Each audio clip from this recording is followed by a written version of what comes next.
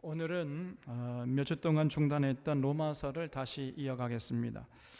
지난번에 14장까지 했죠, 로마서. 그래서 오늘은 로마서 15장을 통해 은혜와 진리를 나누겠습니다.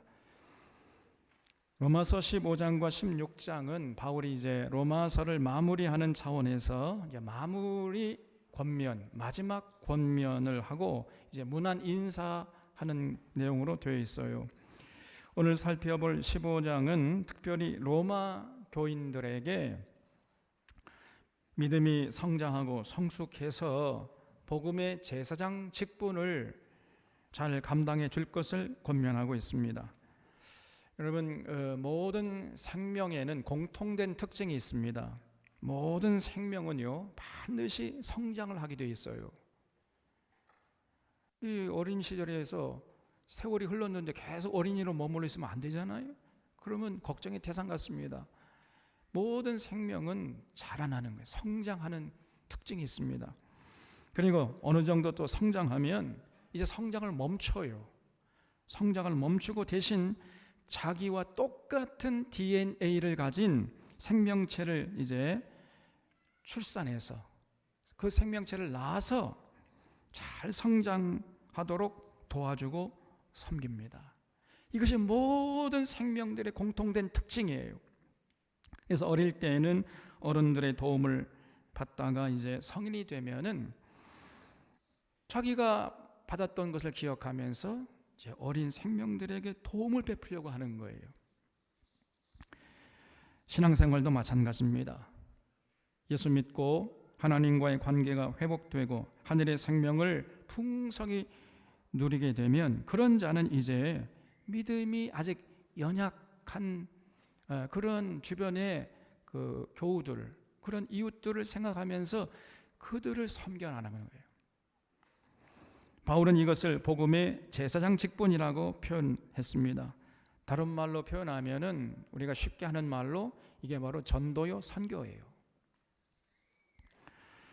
그래서 이 전도와 선교, 복음의 제사장 직분은 목사들만 하는 것이 아니고 목사의 전유물이 아니고 모든 믿는 자들이 감당해야 된단 말이에요. 이런 면에서 만인 제사장, 모든 사람들이 제사장이라고 할 수 있는 거죠.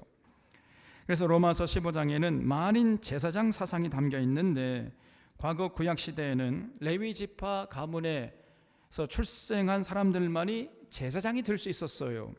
그러나 바울은 예수 믿고 성숙한 사람은 모두 제사장이 될 수 있고 모두가 제사장이 되어야 한다, 이렇게 주장하고 있는 것입니다.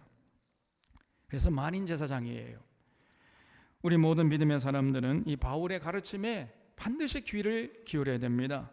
여러분, 복음의 제사장 직분 감당하려고 하는 것이 건강한 신앙생활의 비결이에요.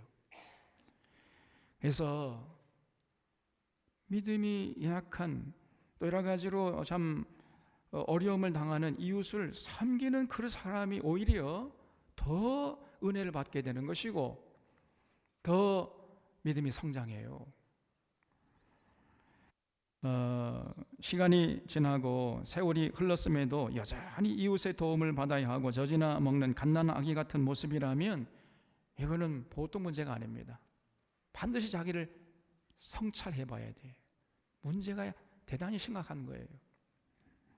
그래서 로마서 15장에는 예수 믿고 하늘의 생명을 누리는 자들이 복음의 제사장 직분을 어디에서 어떻게 또 어느 선까지 감당해야 되는지, 그 제사장직을 감당하는 그 대상이 어디까지 넓혀져야 하는지 여기에 대해서 아주 자세하게 말씀하고 있어요. 1절을 보겠습니다. 믿음이 강한 우리는 마땅히 믿음이 약한 자의 약점을 담당하고 자기를 기쁘게 하지 아니할 것이라 그랬죠. 믿음이 강한 자가 자기를 기쁘게 하려고 하고 자기 만족을 추구하고 자기 행복만 추구한다면 그거는 믿음이 강한 자가 아니죠. 믿음이 강한 자는 반드시 주변에 믿음이 약한 자의 약점을 담당하려고 하는 것입니다. 그런 사람이 성숙한 사람이고 그런 사람이 믿음이 좋은 사람이에요. 그리고 이렇게 성숙한 믿음의 사람들이 모인 교회가 건강한 교회가 되는 것이죠. 제가 대학교 들어가자마자 여러 동아리들이 있잖아요. 저는 어떤 동아리를 택했느냐? 테니스 동아리 택했어요. 제가 동아리 여러 개 택했습니다만은 그 중에 하나가 테니스 동아리. 그래서 제가 테니스를 대학교 1학년 때부터 쳤다니까요.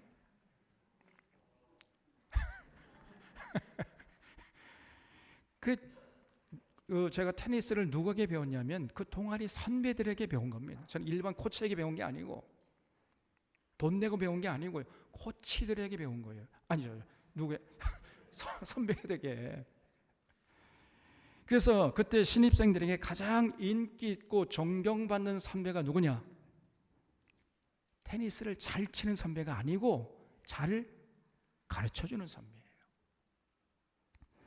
상대방의 인격을 존중해 주면서 정성껏 가르쳐주는 선배가 제일 존경의 대상이었습니다.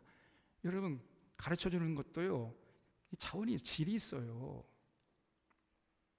자기가 좀 잘 친다고 으스대고 함부로 하소라고 해가지고 인격을 무시하고 상대도 안 해주려고 하고, 또 가르쳐도 그냥 짜증내고 화를 내면서 상대방 인격을 무시하면서 가르쳐주는 이런 사람도 있어요. 그런 사람들은 별로 인기가 없지요. 상대방의 인격을 존중해 가면서 정성을 다해서 가르쳐 주려고 하는 이런 선배가 최고의 인기짱입니다. 여러분, 이 모든 인간관계에서도 마찬가지예요. 사회생활도 마찬가지고 교회 생활도 마찬가지인 것입니다. 자신의 믿음의 연륜이 오래되고 믿음이 좋다고 생각하는 자는 반드시 믿음이 약한 자의 약점을 감당하려고 하는 거예요. 그 약점이 비난의 대상이 아니고 조롱의 대상이 아니고 오히려 섬김의 대상이 되는 것입니다. 이런 자가 진실로 믿음이 강한 자요 좋은 자예요. 2절에 우리 각 사람이 이웃을 기쁘게 하되 선을 이루고 덕을 세우도록 할지니라 그랬어요. 거기 2절에 줄을 쳐주시고 별표 10개를 해주세요. 그냥 여기에는요, 황금으로 새길 만큼 가치 있는 가르침이 담겨 있어요. 믿음이 성장해서 강한 사람은 자신을 기쁘게 하지 않고 이웃을 기쁘게 하려 한다는 거예요. 다른 말로 하면은, 여러분, 우리가 예수 믿고 믿음이 성장했다 하면 어떤 사람을 보고 그렇게 말할 수 있습니까? 더 이상 이기적인 삶을 사는 것이 아니라 이타적인 삶을 살려고 하는 사람이, 그 사람이 믿음이 좋은 사람이요, 믿음이 강한 사람이요, 믿음이 성숙한 사람입니다. 그래서 이웃을 기쁘게 하되 선을 이루고 덕을 세워서 기쁘게 하는 것이 중요한 거예요. 이웃을 기쁘게 하는데요, 이웃을 기쁘게 하는 것도 이게 차원이 있습니다. 천차만별이에요. 어떤 사람은 이웃을 기쁘게 하긴 하는데 자꾸 아첨을 해. 아첨을 해서 기쁘게 하려고 그래요. 그러면 안 되죠.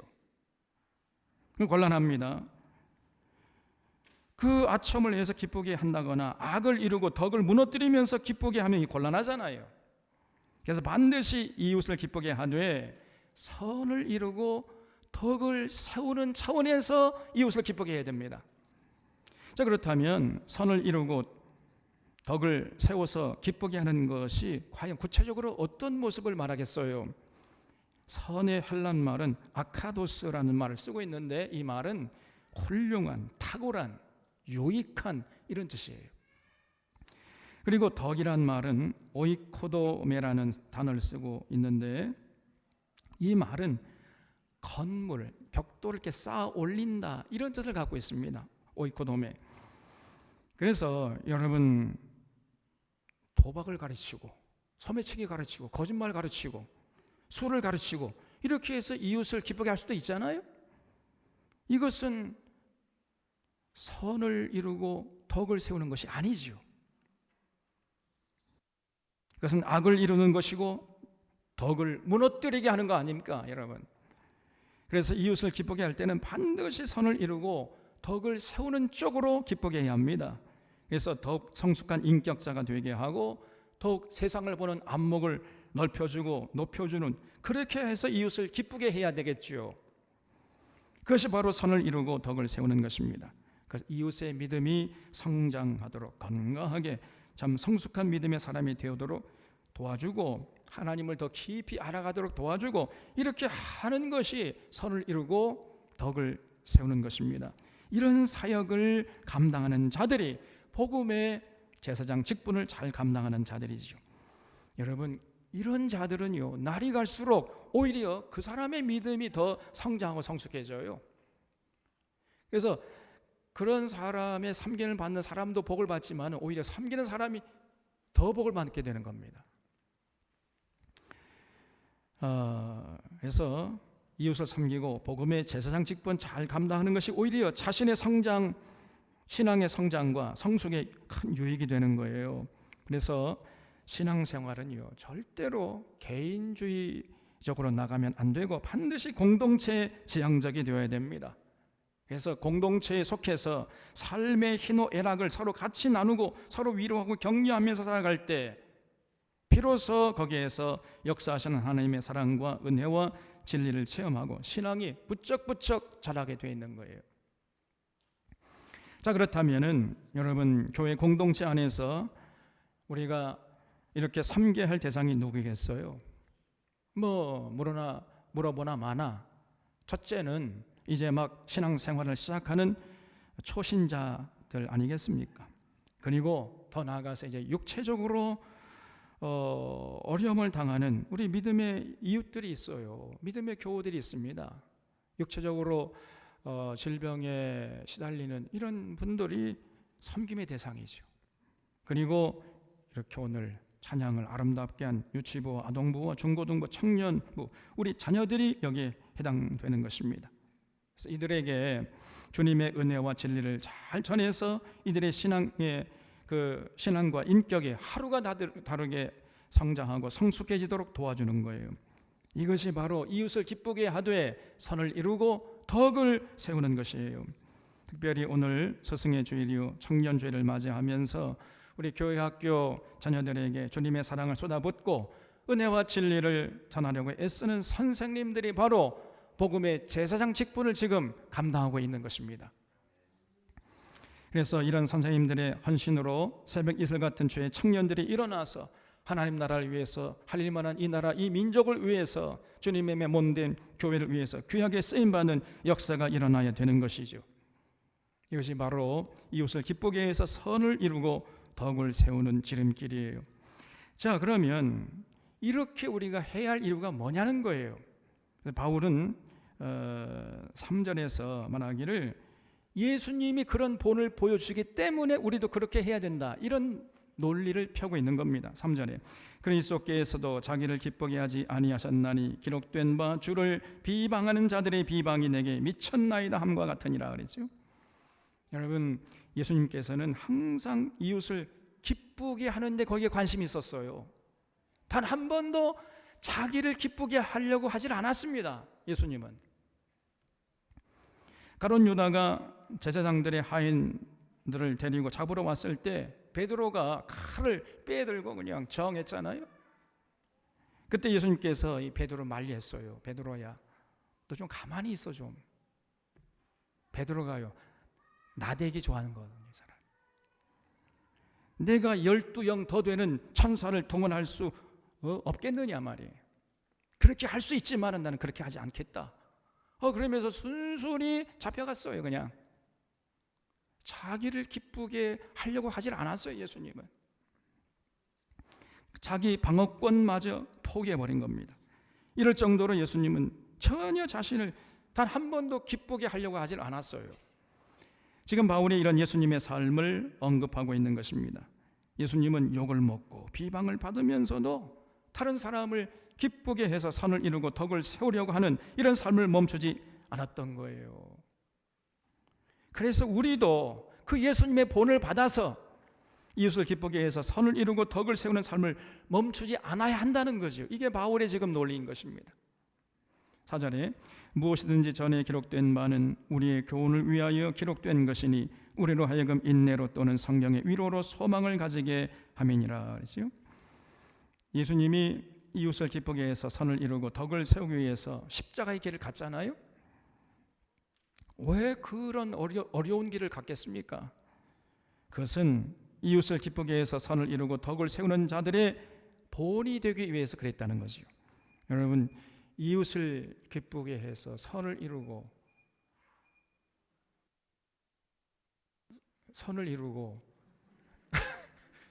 누가 밖에서 저걸 누르고 있는 모양이네. 좀 주두에 나가서 좀 누가 못하도록 좀. 예.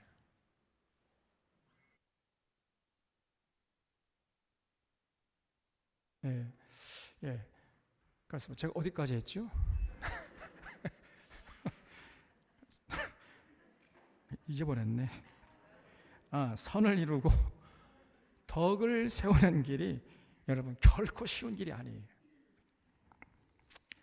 그래서 그게 어떤 면에서는 고난의 길, 십자가의 길입니다. 그래서 그 길을 갈 때마다 여러분 낙심할 수밖에 없는, 그때 주님을 바라보라는 거예요. 주님이 그런 길을 가셨잖아. 그러니까 나도 그런 길을 가야 되겠구나. 이렇게 어려움을 참고 소망을 가지고 살게 하려고 예수님이 본을 보이기 위해서 그 길을 가셨다는 것입니다, 여러분. 그래서 여러분 복음서에 보면요, 예수님은 정말 공생애 동안 한 번도 자신을 기쁘게 하는 모습을 찾아볼 수가 없습니다. 예루살렘에 올라가서도 배운 사람들, 부자들하고 어울리면서 기름진 음식도 대접받고 고급 포도주도 마시면서 아주 호탕한 웃음을 흘릴 수도 있었습니다만은 예수님은 절대로 그런 삶을 살지 않았어요. 거기 관심이 없었습니다. 언제나 예수님은요, 가난하게 검소하게 사셨고 가난한 자, 소외된 자와 함께 하면서 그들을 기쁘게 하는데 거기에 관심이 있었던 거예요. 그래서 제가 종종 저도 제 자신을 돌아보면서 죄송한 생각이 들 때가 있다니까요. 예수님에 비하면 저는 너무나 풍성한 대접을 받고 있지 않아요? 그래서 가끔 교인들에게 비싼 요리를 대접받거나 하면은요, 괜히 마음이 무겁고 편치 않아요. 그냥 가시방석 위에 앉은 것처럼 괜히 마음이 편치 않습니다. 진짜입니다, 여러분. 그래서 내가 이런 대접을 받아도 되는가? 예수님에 비하면 나는 지금 너무나 대접을 잘 받고 있지 않은가? 그러면서 죄송하기 이를 데가 없는 거예요. 여러분, 상다리가 부러지도록 차려놓고 대접 받으면은 저는 굉장히 그게 마음이 불편해요. 저는요, 그냥 밥 하나 하고 반찬 두세 가지 이렇게 해서 먹는 것이 제일 좋습니다. 이거 체면치레가 아니에요. 진짜입니다, 여러분. 그래야 마음도 편하고 몸도 편해요. 그래서 그냥 뻑적지근하게 채로는 내가 굉장히 제가 불편해요. 여러분, 그리고 목사 대접한다고 상다리 휘어지게 차리는 것은 우린 기독교식이 아니에요. 그거는 기독교의 가르침과는 아무런 상관이 없는 겁니다. 그런 모습은 유교의 가르침에서 나온 거예요. 우리가 예수 믿는다면서 유교의 가르침을 따라서 되겠습니까? 그래서 이런 것도 우리가 좀 깊이 생각해야 돼요. 그냥 평소에 먹는 대로 반찬 두세 가지 정갈하게 이렇게 차려서 대접하는, 이것이 바람직한 것이고 이것이 하나님이 기뻐하시는 모습이에요. 그래서 우리는 언제나 자기를 기쁘게 하고 자기 만족을 추구해서는 안 되고 항상 이웃을 기쁘게 하되 선을 이루고 덕을 세우는데 여기에 관심을 갖고 살아야 하는 것입니다. 5절에 이제 인내와 위로의 하나님이 너희로 그리스도 예수를 본받아 서로 뜻이 같게 하여 주사 한 마음과 한 입으로 하나님 곧 우리 주 예수 그리스도의 아버지께 영광을 돌리게 하려 하노라 그랬죠. 지금 바울은 로마에 있는 교인들이 바울이 전하는 편지를 읽고 감동을 받아서 한 마음으로 예수 그리스도를 본받는 이런 삶을 살기를 바란다는 거지요. 7절에 그러므로 그리스도께서 우리를 받아 하나님께 영광을 돌리심과 같이 너희도 서로 받으라. 이것이 바울의 결론이에요. 서로 받으라는 거예요. 이 말은 서로 용납하라는 겁니다. 조그마한 문제 하나 가지고 꼭 하고 이걸 자꾸 용납하지 못하고 그냥 마음의 벽을 쌓고 이렇게 살아가면 이건 예수 믿는 사람 아니에요. 이거는 어떻게 예수 믿는 사람이 그럴 수가 있습니까, 여러분? 서로 받아야 돼. 서로. 나는 저 사람만큼은 절대 용납하지 못하겠어. 철천지 원수로 살아가 도대체 무슨 잘못을 했다고 그렇게 마음의 벽을 쌓고 살아갑니까? 내 원수까지 사랑하라고 예수님께서 가르쳐 주셨는데, 여러분 절대로 교회에서는 그렇게 하면 안 돼. 그래서 어떤 사람이라도 용납할 수 있어야 됩니다. 단 조건이 있어요. 진실로 회개하고 하나님께 돌아오는 사람은 교회가 당연히 용서하고 용납하고 받아주고, 그리고 그들의 약점을 감당해서 그 믿음이 약한 사람을 기쁘게 하려고 하는 이런 모습을 잃지 말아야 돼요. 이런 일을 감당하는 자들이 오늘 이 시대의 복음의 제사장들인 것입니다. 8절에 내가 말하노니 그리스도께서 하나님의 진실하심을 위하여 할례의 추종자가 되셨으니 이는 조상들에게 주신 약속들을 견고하게 하시고 그랬죠. 이 추종자라는 말은 디아코노스인데 이게 하인, 종이라는 뜻입니다. 종. 다시 말해서 예수님이 할례 받은 자들의 종이 됐다는 거예요. 사실 예수님은 하나님의 아들이시기 때문에 할례 받을 필요가 없었잖아요.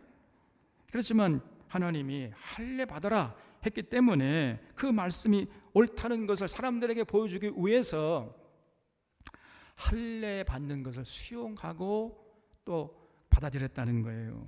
이렇게 해서 하나님의 말씀의 권위를 세워드리려고 했다는 것입니다. 사람들이 볼 때 저 예수님도 하나님 말씀에 순종하네? 그러니 우리도 순종해야지. 이렇게 하려고 본을 보였다는 거예요.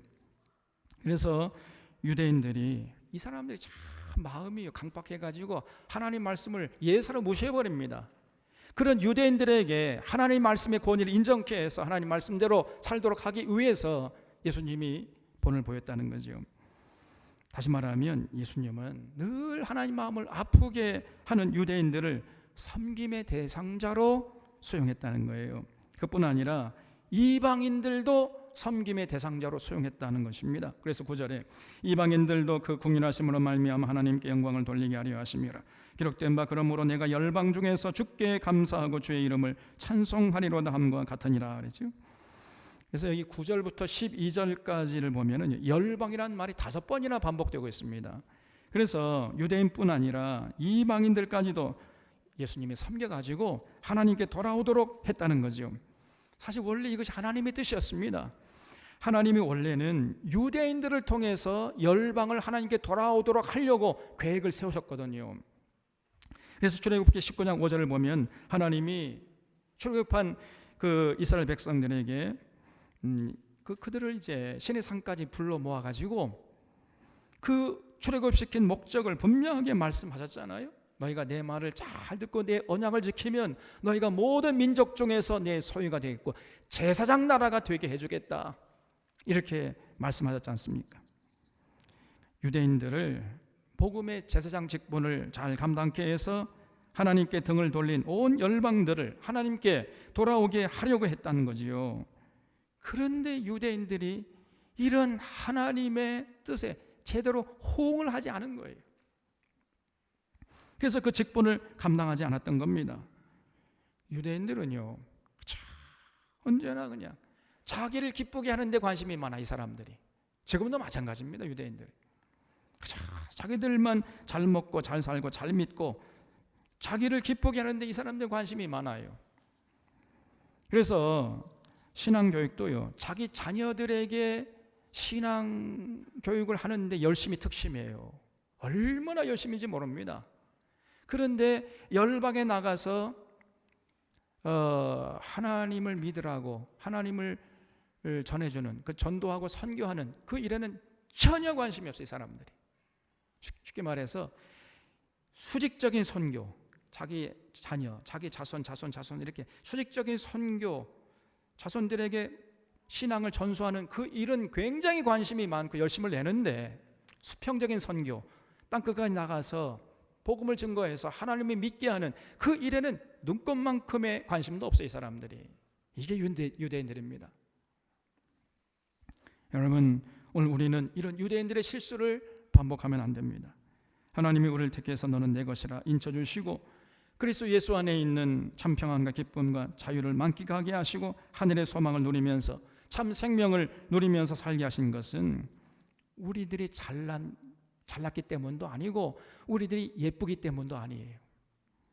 열방을 하나님께 돌아오게 하는 도구로 쓰시기 위함인 줄로 믿으시기 바랍니다. 그래서 우리 때문에 열방이 하나님께 돌아와서 영광을 돌리는 일들이 이어져야 돼요. 이것이 하나님의 뜻이고 여기에 선교의 목적과 명분이 있는 것입니다. 그래서 먼저 믿고 하나님의 은혜와 진리를 누리면서 하늘의 생명을 맛보고 풍성히 누리는 자들은 이제 믿음이 약한 자들을 섬길 뿐 아니라 이방까지 열방에 나아가서 그들도 우리처럼 하나님의 은혜와 진리를 누리게 하는 일에 관심을 갖는 거예요.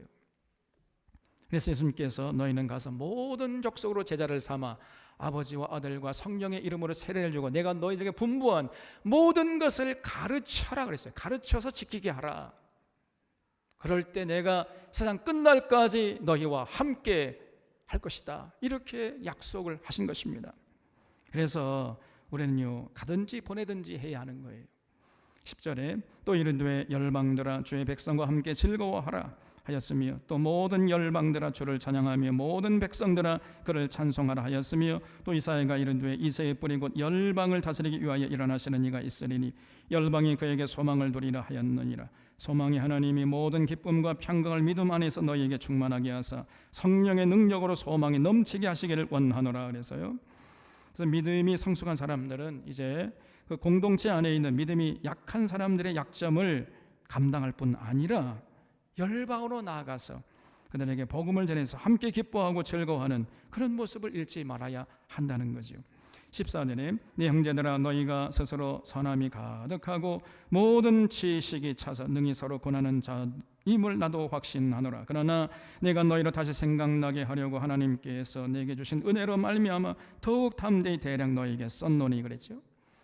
바울은 로마 교회 교인들이 선함이 가득하고 지식이 가득한 자임을 확신한다 그랬잖아요.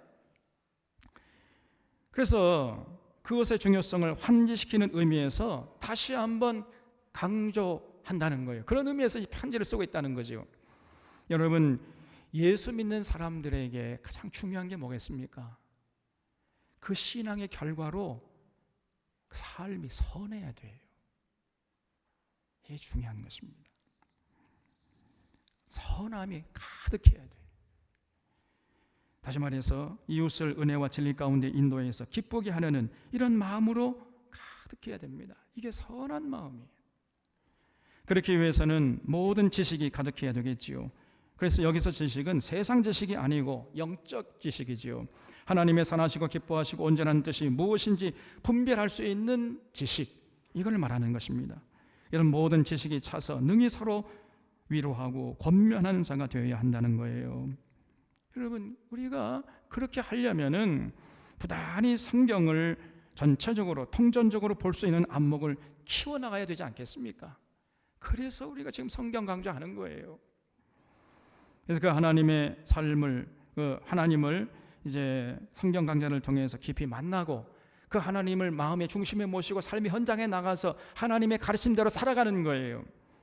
그래서 그 삶의 현장에서 하나님의 사랑과 그 능력을 체험하는 이런 체험들이 늘어날 때 비로소 그 사람의 마음속에 하나님을 향한 신앙이 더 성장하고 성숙해지는 것입니다. 16절에 이 은혜는 곧 나로 이방인을 위하여 그리스도 예수의 일꾼이 되어 하나님의 복음의 제사장 직분을 감당하게 하사 이방인을 제물로 드리는 것이 성령 안에서 거룩하게 되어 받으실 만하게 하려 하심이라 그랬죠. 여기 16절에는요 굉장히 많은 내용이 함축되어 있어요. 이 은혜, 바울이 받은 은혜를 지금 말하는데, 여러분 바울이 받은 은혜가 뭐겠습니까?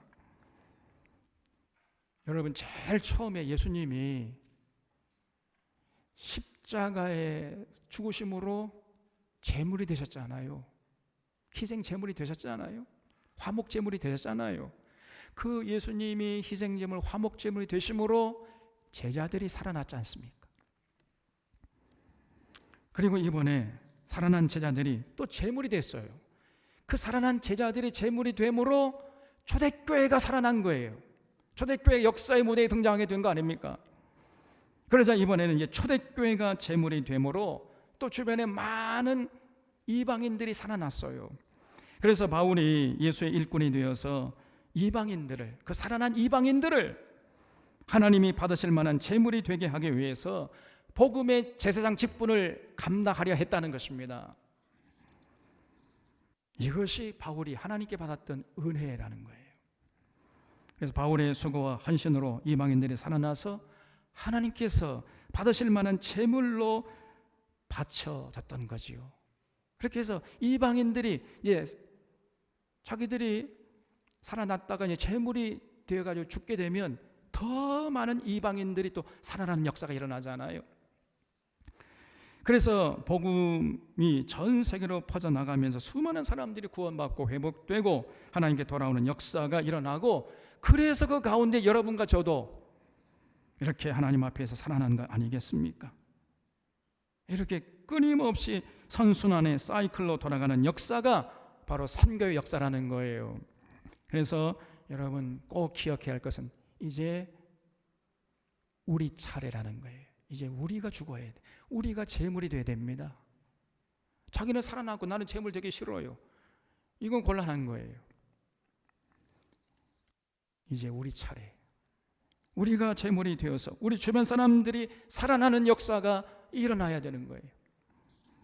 다시 말해서 우리가 복음의 제사장 직분을 잘 감당해서 우리 이웃들이 하나님께 돌아오고 살아나는 그런 일들이 일어나야 한다는 말입니다.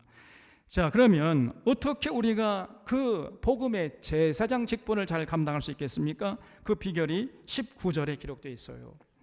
그 일은 말과 행위로 표적과 기사의 능력으로, 성령의 능력으로 이루어졌으며 그리하여 내가 예루살렘으로부터 두로 행하여 일루리곤까지 그리스도의 복음을 편만하게 전하였노라 그랬죠. 거기 그 일은 말과 행위로, 표적과 기사의 능력으로, 성령의 능력으로 이루어졌으며, 거기에 줄을 쳐주시기 바랍니다. 여러분, 바울이 복음의 제사장 직분을 어떻게 감당했는가? 말과 행위로, 또 표적과 기사의 능력으로, 성령의 능력으로 감당했다는 거예요. 여러분, 우리가 근데 이 말을 오해하면 안 됩니다. 표적과 기사의 능력으로, 성령의 능력으로 했다고 하니까 오늘 한국교회에서 많은 교인들이요, 오늘 한국교회에서 하는 성령 집회를 바울이 한 것으로 이렇게 오해를 해요. 전혀 아닙니다, 여러분. 여러분, 성령의 능력이 언제 어디에서 나타납니까? 하나님 말씀 앞에 온전히 서서 그 말씀을 통해 전 인격적으로 하나님을 만날 때 거기에 성령의 능력이 나타나는 거예요. 그래서 그런 사람들이 그 마음속에 인생관, 세계관, 역사관, 가치관, 물질관이 변화돼 가지고 완벽하게 새로운 사람으로 거듭나는 이런 굉장한 표적과 기사가 그때 나타나는 것입니다. 이것이 진짜 성령의 역사예요. 그래서 예수님이 말씀하시기를 성령님은 보혜사 성령님이요 진리의 성령이라고 말씀하셨다는 것을 우리가 잊지 말아야 돼요. 오늘 한국교회가 이 성령님에 대해서 너무나 많은 오해를 하고 있습니다. 성령님이 마치 아말감 이빨을 금이빨로 바꿔주는 분으로 알고 있어요. 멀쩡한 사람을 쓰러뜨려 놓고 2시간, 3시간 동안 헤헤거리면서 정신없이 웃게 하는 이러한 분으로 성령님을 오해하고 있습니다. 천만의 말씀 만만의 콩떡이에요. 절대로 성령님은 그런 일을 하시는 분이 아니에요. 그는 성령이 아니라 악령입니다, 여러분. 정말 기가 막힌 일을 하고 있어요. 성령 집회 한다면서 전혀 성령님과 관계없는 일을 하고 있는 것입니다, 지금. 이게 오늘 한국교회 성령 집회예요.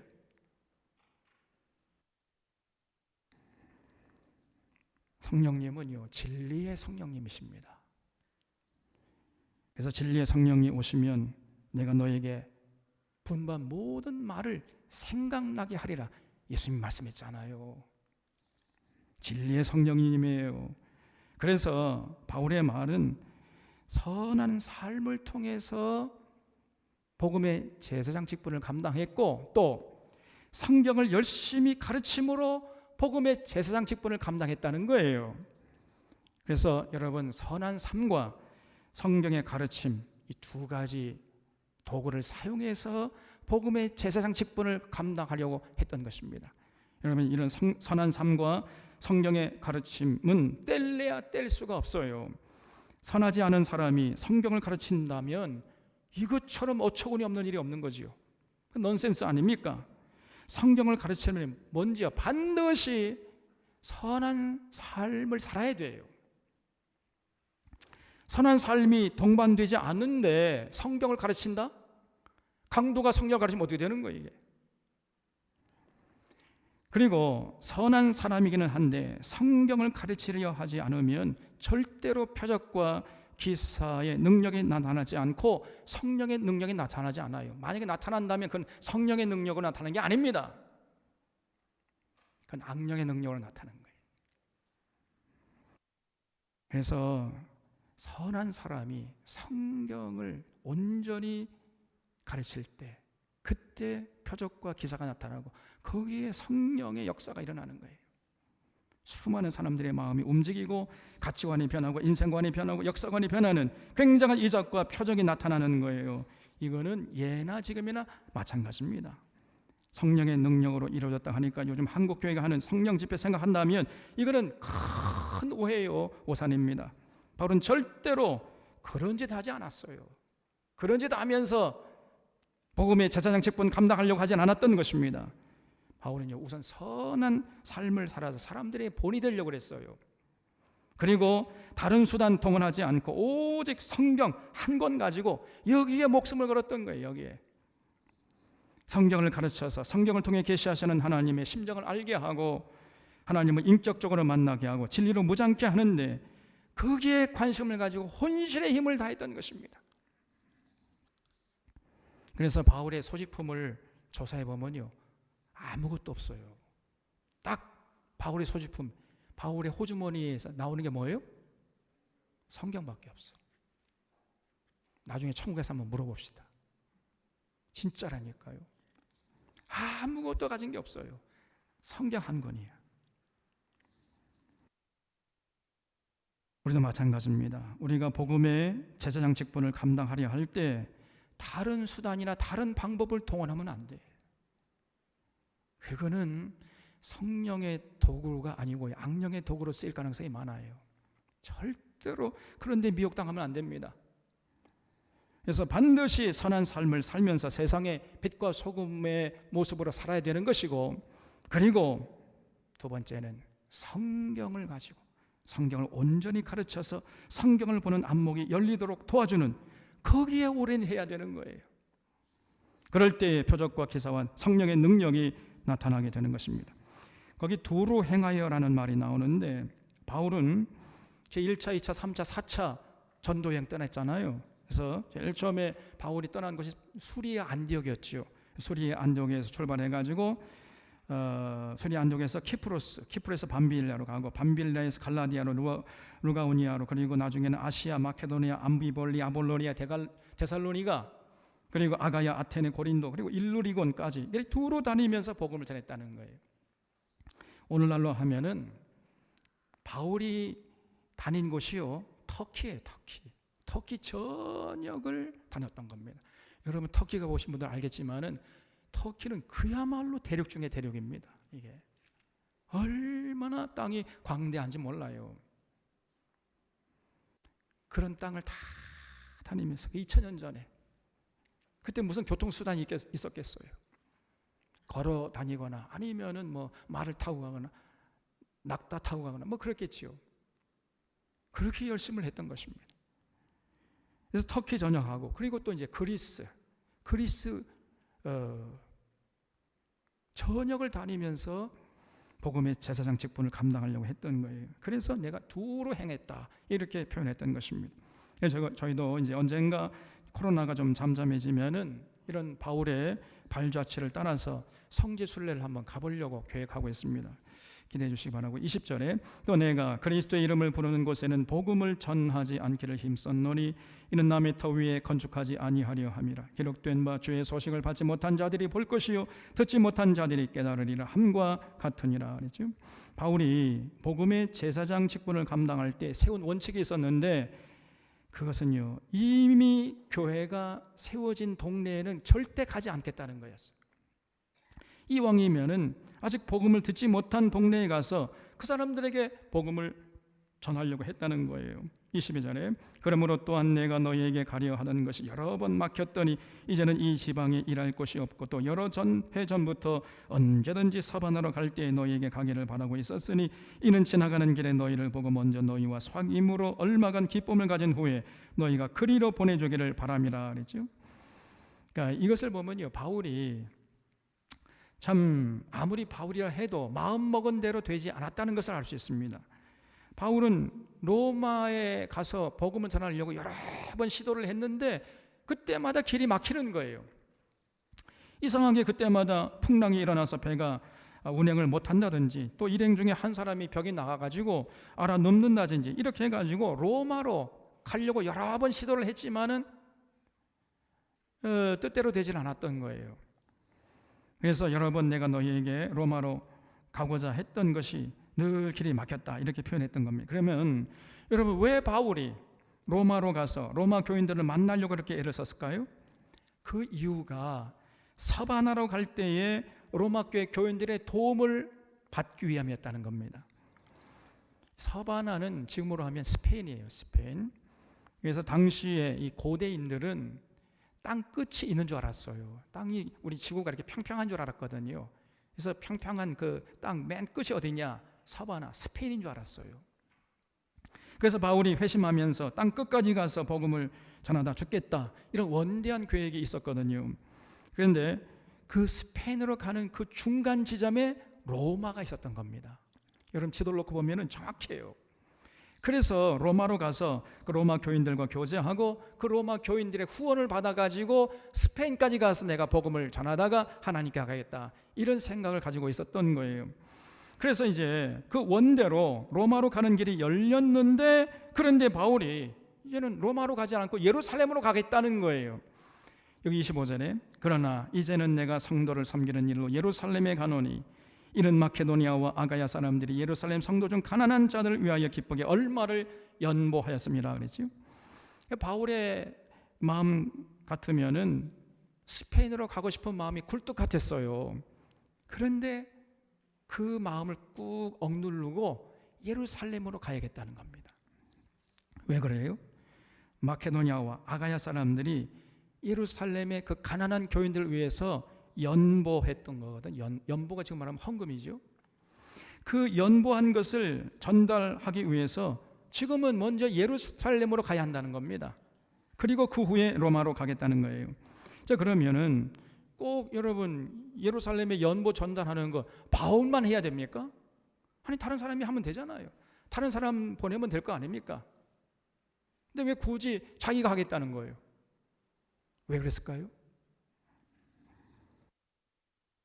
왜냐하면 그 연보를 전달하는 그 일이 굉장히 위험한 일이었기 때문에. 여러분, 그 마케도니아 아가야 지방에서 거둔 그 헌금, 그 거금이었거든요. 그 거금을 가지고 가는 것은 굉장한 위험한 목숨을 거는 일이었습니다. 그 중간에 강도가 기다렸다가 쳐 죽이면 어떡합니까, 여러분? 요즘 같으면 그냥 인터넷에서 송금하면 끝나는데 얼마나 편한 세상에 살고 있습니까, 우리가? 인터넷 싹 보내면 되는데 당시에는요, 직접 갖고 가서 전해줘야 했던 겁니다. 그래서 거금의 연보를 가지고 가다가 중간에 목숨을 뺏길 수 있는 그런 위험한 일이었던 거예요. 그래서 바울이 자신에서 내가 그 위험한 일을 하겠다 이렇게 나선 거예요. 그리고요, 바울은 또 예루살렘으로 올라가면 환난과 핍박이 기다리고 있다는 것도 알고 있었습니다. 바울이 예루살렘으로 가려고 할 때 많은 사람들이 말렸어요. 우리가 나중에 이제 사도 행전을 통해서 살펴볼 텐데 만나는 사람마다 자꾸 만류하네. 선생님, 예루살렘에 올라가면 선생님 죽어요. 제발 올라가지 마시고 다른 사람 보내세요. 이렇게 만류를 했어요. 그럼 막 사람들이 울면서 제발 가지 말라고 그냥 바짓가랑이 붙잡고 늘어진단 말이에요. 그럴 때마다 바울이요, 너희가 왜 울어서 내 마음을 상하게 하느냐? 나는 예루살렘에서 결박당할 뿐 아니라 죽을 것도 각오했다. 이렇게 대답을 하는 거예요. 나의 달려갈 길과 주 예수께 받은 사명 곧 하나님의 은혜의 복음을 증거하는 일을 마치려 하면은 내 생명을 조금도 귀한 것을 여기지 않겠노라. 이러면서요 굳이 예루살렘으로 꾸역꾸역 올라갔던 거예요. 이것이 바울이었습니다. 그래서 바울은요 편한 삶을 절대로 원치 않았어요. 이런 바울을 보면 우리들이 참 많이 부끄럽지요. 우리가 신앙생활할 때 너무 편안함, 편리함만을 추구하는 이런 우리들이 좀 우리 자신을 돌아봐야 돼요.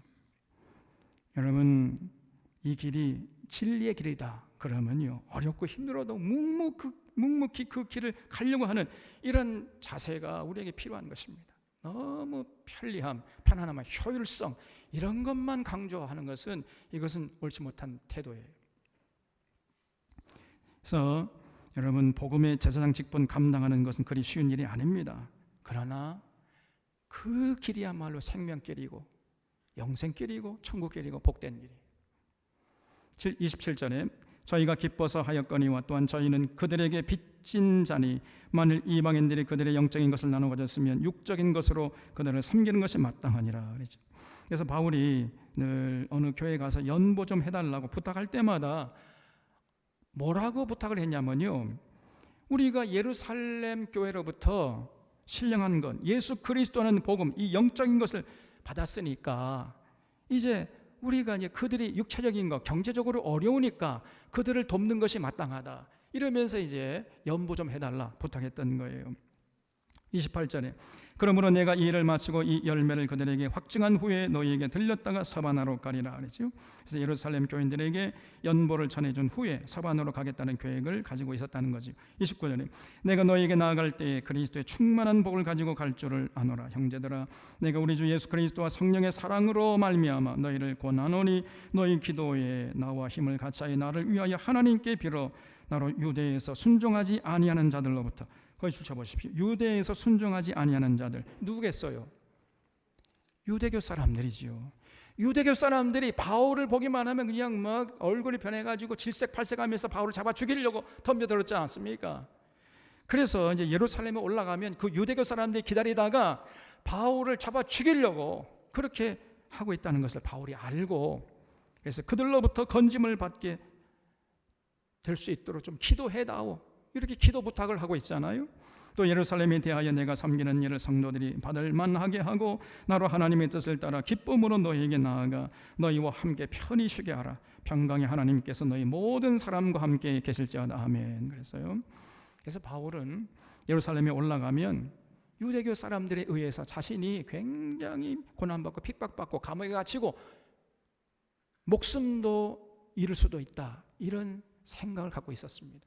그래도 죽으면 죽으리라 꾸역꾸역 올라가는 거예요. 그냥 내 심령의 메인바 되어서 하나님의 복음 증거하는 일을 마치려 하면 내 생명을 조금 더 귀한 것을 여기지 않겠다 그러면서 올라갔던 것입니다. 우리 사랑하는 사랑의 교우들은 우리가 이제 복음의 제사장 직분을 감당할 차례임을 잊지 마시기를 바랍니다. 이제 우리 차례예요. 그저 젖이나 먹고 편안함만 추구하는 이런 갓난아기의 수준에서 벗어나서 이제는 복음의 제사장 직분을 잘 감당하려는 자들이 되어주시기를 주님의 이름으로 부탁드립니다. 주변에 믿음이 연약한 자들의 약점을 용납하고 그들을 기쁘게 해서 선을 이루고 덕을 세우는 거기에 관심을 가져야 돼. 거기에 신앙의 열정을 불태워야 됩니다. 그리고 우리 주변에 주님을 알지 못하는 자들에게 선한 삶과 성경의 지식을 가지고 잘 섬겨서 그들 하나님께 이끄는 복음의 제사장 직분을 잘 감당해 주시기를 바랍니다. 기도하겠습니다.